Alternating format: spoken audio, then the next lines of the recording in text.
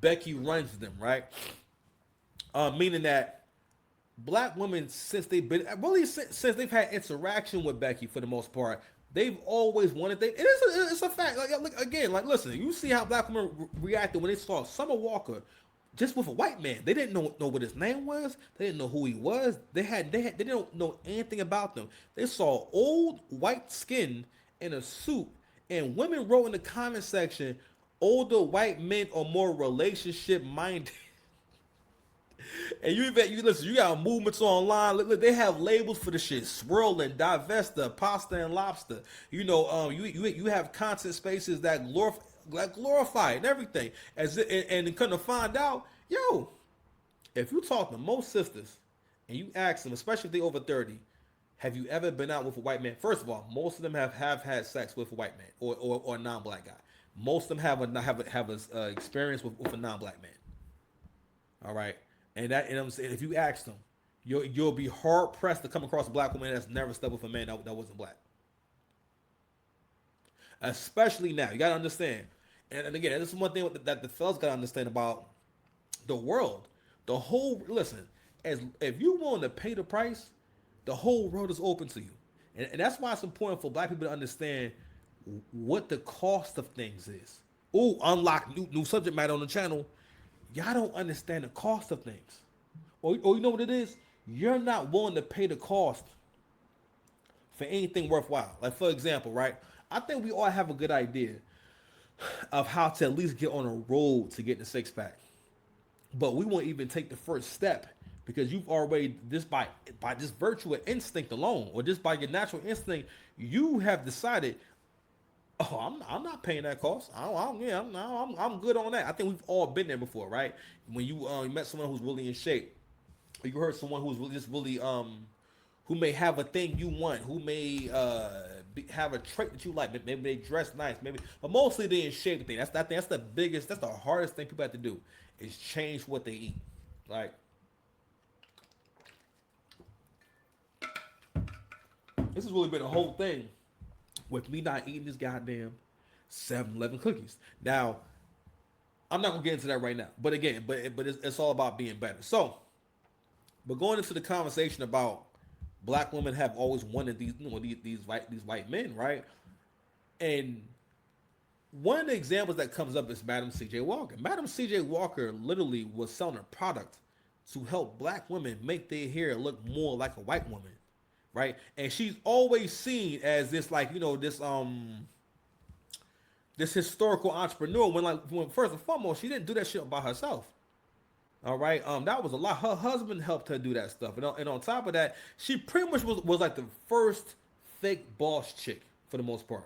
All right, because again, the story that's portrayed in the movie and whatnot is that she just did it all by herself, and that's one thing that's really interesting is that narrative is always pushed that black women, especially in media, that black women can have happiness without black men, to the point where, for the most part, again, I always say to y'all, black men, you are gaslit into being monogamous. She never stops being poly, especially now.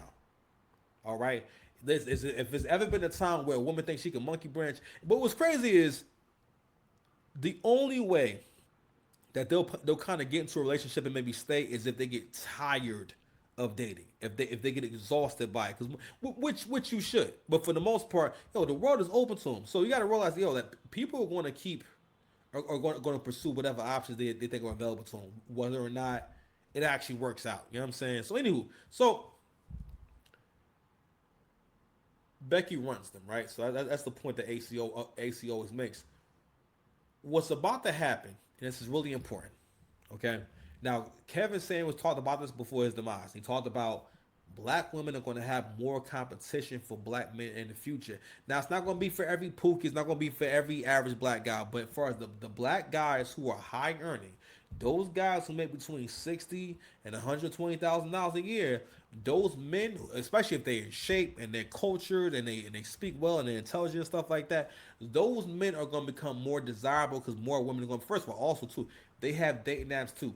More of those women are going to be more open to dating non-white men. They already are. And also, with the economy is at now, I mean, again, with modern women, I don't know if they're going to get there now. I don't know if they're going to actually come to the logic of, excuse me, I'm not going to be able to make it on my own. And one of the reasons why modern women are, a lot of them are losing, is because they don't understand the cost of things. Most men, when they have a relationship, when they deal with a woman, they understand she's gonna have be moody sometimes. She's gonna have a period. Things are gonna happen. Things may change with her, right? He understands, especially if he's mature and he's older, he understands that going in. So when you have your moods or your whatever goes on with you, right? Whatever you coming, right? He's not looking like what's wrong with you. He knows, yo, y'all are both grown. He gets it. You know what I'm saying? Whereas women are coming into the relationship kind of doing the opposite. You understand? So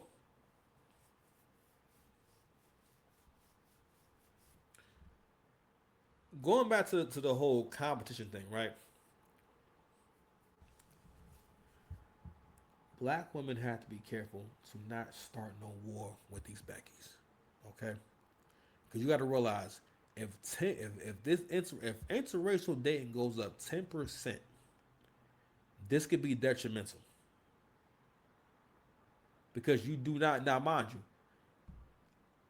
shit, man, I can't even say it's worse because you do not want Becky's hunting down black men out of spite or really going at y'all because they haven't really done that yet. You may start some shit. All right. So don't get me wrong.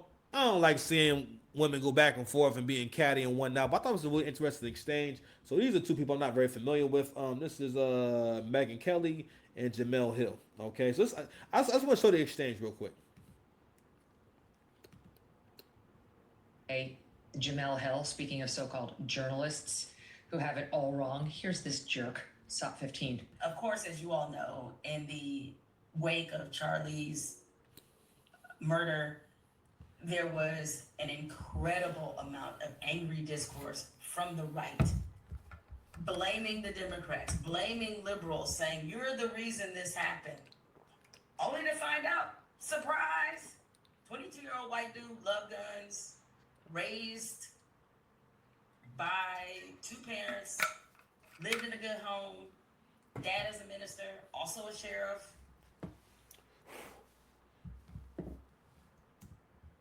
Didn't check any of them boxes y'all thought he would check, did he? Okay, first of all, a coat of mascara would be your friend. I'm just going to tell this to you, woman to woman on television. You need a little work, and you should have them back off. That need a little work is crazy. Yo, I never thought I'd see the day where Becky starts cooking y'all on TV. She is cooking you on TV right now, and no way, and it's accurate. It's accurate. Okay, and one more thing is this is another example of how our cultures are starting to mesh. White people are starting to learn how to talk shit as good as we talk shit. I don't know if you're catching on to that or not. Like right now,